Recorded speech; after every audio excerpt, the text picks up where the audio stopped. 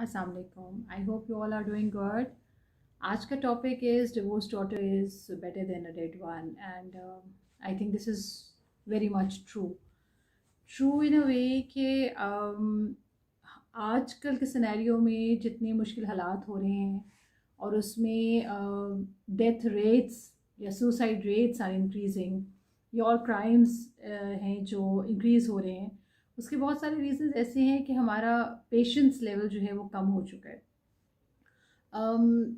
Lately बहुत सारे ऐसे केसेस मुझे सुनने में मिले जिसमें मेरी एक फ्रेंड ने भी एक्चुअली मुझे अप्रोच किया, who got married around 1.5 year back.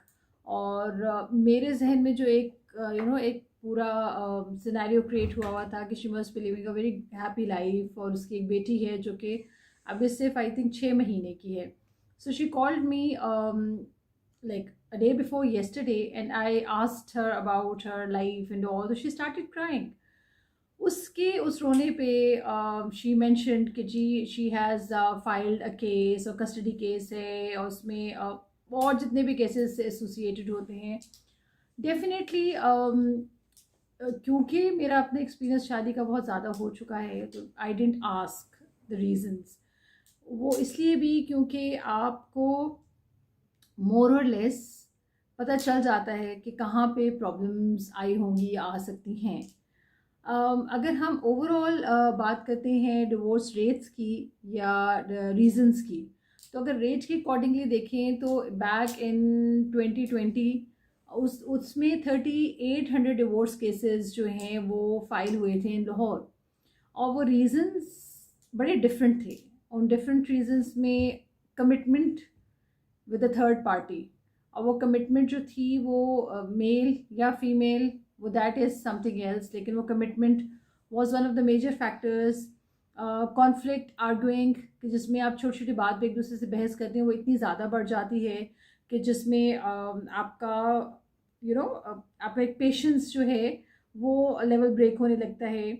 या छोटी उम्रों की शादियां भी जिसमें बहुत ज़्यादा एक्सपेक्टेशंस हाई होती हैं, क्योंकि आप दुनिया को अभी सिर्फ वो एक फेरी टेल के तौर पे देख रहे होते हैं। आपके हिसाब से बस एक शादी है, उसमें तैयार होना है, उसमें रिस्पॉन्सिबिलिटीज़ नहीं है, उसमें सिर्फ घूमना फिरना है और कुछ भी नहीं है। सो वहाँ पे भी दोनों जगह पे कॉन्फ्लिक्ट वाला चक्कर शुरू हो जाता है, या फाइनेंशियल प्रॉब्लम्स जिसमें एक इंसान या most male member of the family is earning और जो फीमेल है उसकी एक्सपेक्टेशंस बहुत ज़्यादा हाई होती हैं। बट जहाँ फाइनेंशियल प्रॉब्लम्स जो है वो फैक्टर्स में चले जाते हैं, जिसमें आपके डेफिनेटली बच्चे होते हैं, आपकी प्रायोरिटीज़ चेंज होती हैं, लेकिन उसमें क्या होता है कि आप अपने उन फाइनेंसेस को बेयर नहीं कर पाते हैं और बहुत सारी चीज़ें जो है उसमें स्टार्ट हो जाती हैं। डोमेस्टिक वायलेंस जिसमें आप इमोशनली या फिज़िकली जो है अपने स्पाउस को टॉर्चर कर रहे होते हैं, और फिज़िकली टॉर्चर इस तरह से होता है कि जिसमें आप उससे सारे पैसे ले लें या उससे उसकी सारी लिबर्टी ले लें या उससे उसके सारे राइट्स ले लें।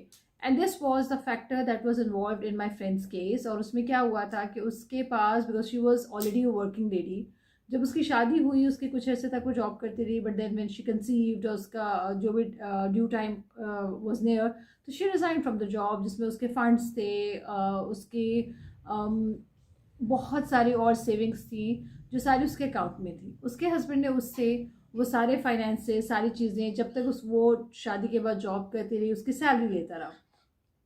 Till that time he was okay, he was happy because he was getting an amount as a result of getting married, क्योंकि उसने शादी पे बहुत ज़्यादा पैसे लगाए हुए थे। प्रॉब्लम स्टार्टेड जब उसका जो जेवर था लड़की का दोनों साइड से वो रिक्वायर्ड हुआ बाय द हस्बैंड, और हस्बैंड ने कहा कि मैंने वो प्लॉट के बारे में सोचा है, जो भी उन्होंने ख़रीदा है उस पर घर बनाना है। वेयर शी आर्ग्यूड कि जब वो बनेगा तो I am going to give. वहाँ से इनके clashes started and one fine morning she came back to her family, her mother's house, because she thought कि now it's unbearable, बेटी का खर्चा, बेटी छोटी है उसका खर्चा, सारी चीज़ें जब पीछे से पेरेंट्स अफोर्ड करें तो what's the point of living over there. मेरा जो स्टांस उसमें था वो ये था कि she should have given one more chance, जिस पे I came to know that she already did. वो एक दफ़ा वापस जाके वहाँ 10-15 दिन ठहर के, 20 दिन ठहर के, then she came back. My point is कि जब एक लड़की की शादी होती है उस पर बहुत सारी और एक्सपेक्टेशंस होती हैं, बहुत सारी और ये चीज़ें इन्वॉल्व होती हैं कि जिसमें आप थोड़ा सा रिलैक्स हो रहे होते हैं कि now you are done with all the responsibilities. Parents के एंड से देखें कि उनके लिए रिस्पॉन्सिबिलिटी डबल हो जाती है। डबल इस तरह से हो जाती है कि that society takes it in a very different manner. यहाँ पे हमें सोसाइटी का perspective towards the divorced daughter change करना होगा। बिकॉज देखिए, आपकी बेटी a dead body comes to your home and your daughter comes back home. So I think daughter comes back home is a better option, क्योंकि आपने उसको पैदा पाला पढ़ाया लिखाया या शादी इसलिए नहीं की है कि उसने वहाँ जाके उन सब चीज़ों को अफोर्ड करना है जो चीज़ें should not be a part of it.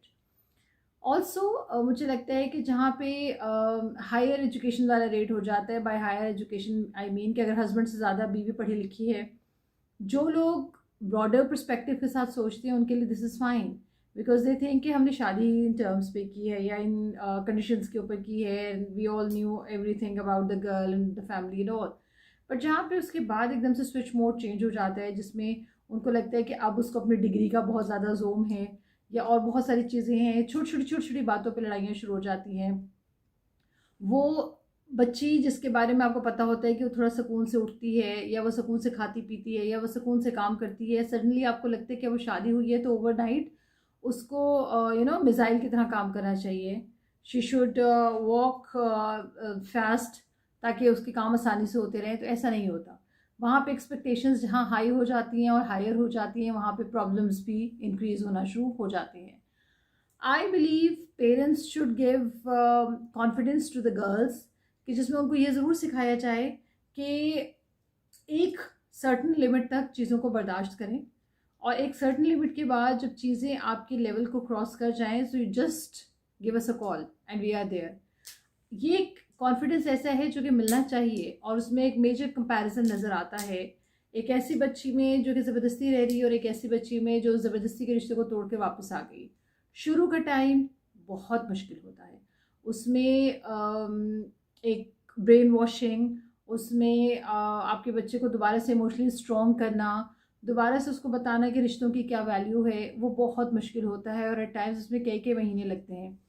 अच्छी बात और अक्लमंदी की बात तब होती है जब वो बच्ची और उसके पेरेंट्स इसको समझ जाएं कि now this is the point जहाँ से हमने शुरू करना है, और अगर वो वहाँ से उसको शुरू कराएं और उसको पुश दें, उसको एक्सपीरियंस करने दें वो सारी चीज़ें जो वो करना चाहती है। सो उसमें मुझे लगता है कि उसके अंदर कॉन्फिडेंस एक डिफरेंट अंदाज में आएगा, और डिफरेंट अंदाज में आने पे she will feel that things are going back to normal. Yes, आप बहुत सारे और ऐसे काम कर सकते हैं, घर नहीं बदल सकते क्योंकि वो बिल्कुल प्रैक्टिकल नहीं होता। सडनली आप अपना नंबर नहीं बदल देते क्योंकि आपके नंबर बहुत जगह स्प्रेड हुआ होते हैं, several other people are in contact with you based on the number. वो सब नहीं बदल सकते, बट आप अपना माइंड को स्विच कर सकते हैं बेस्ड ऑन उस पर्टिकुलर पॉइंट पे जहाँ पे आपके क्लैशेस शुरू हुए थे। सो यहाँ पे बच्चियों का, पेरेंट्स का, इन दोनों का रोल बहुत ज़्यादा इंपॉर्टेंट है, but at the same time उन पेरेंट्स का भी रोल इंपॉर्टेंट है जिनके बेटे हैं। आप राइट फ्रॉम द बिगिनिंग अपने बेटे को वो ट्रेनिंग दें जिसमें उस बच्चे को ये पता हो कि there is a respect that he has to give to all the females across the board. वो माँ है, वो बेटी है, वो बहन है, वो बीवी है, वो फ्रेंड है, वो कज़न है, वो नेबर है, वो गली से गुजरने वाली एक लड़की है, उन सब को रिस्पेक्ट देनी चाहिए, क्योंकि वो एक रिस्पेक्ट का एक ऐसा फैक्टर है, जब वो मिलेगा तो बिलीव मी हर शख्स को रिस्पेक्ट मिलेगी। और जब लड़कियों को और फीमेल को रिस्पेक्ट मिलना शुरू होगी तो हमारी पूरी society suddenly will change, and when the society will change that will be a benefit to our next generation, क्योंकि हमारे बच्चों ने अब बड़े होके इस सोसाइटी को अब ग्रूम करना है और चेंज करना है। सो अब हमें सोसाइटी को एक ब्रॉडर पर्सपेक्टिव से सोचना चाहिए। Parents of the boys should train them to respect girls, and parents of girls should train them to be confident. छोटी उम्र में शादी ना करें, उनको सेटल कर दें, एटलीस्ट इतना कर दें कि वो कोई मुश्किल आने पे उनको पीछे मुड़ के फाइनेंसेस की वजह से ना देखना पड़े, पीछे मुड़ के उनको अपने इमोशंस या उसकी स्ट्रेंथ के लिए ना मुड़ना पड़े। आप छोटी सी 17-18 साल की बच्ची की शादी ना करें, उस बच्ची को चीज़ों की समझ ही नहीं, क्योंकि अभी वो अपने उस स्टेज से निकली जिस स्टेज में उसके लिए सिर्फ हर चीज़ बहुत खुश है, everything is going very smooth and very normal. So this is now today's parents, today's generation's parents, then they have to set the bars and set the bars high. हमें अपनी जो बाउंड्रीज़ हैं उनको हाई करना पड़ेगा, ताकि हम उन बाउंड्रीज़ को हाई करें, सो दैट जब जंप करने के लिए किसी ने उस बाउंड्री के अंदर आना तो उसको पता हो कि यहाँ पे देयर आर सर्टेन स्टैंडर्ड्स जिनको आपको फॉलो करना है। अल्लाह हाफ़िज़।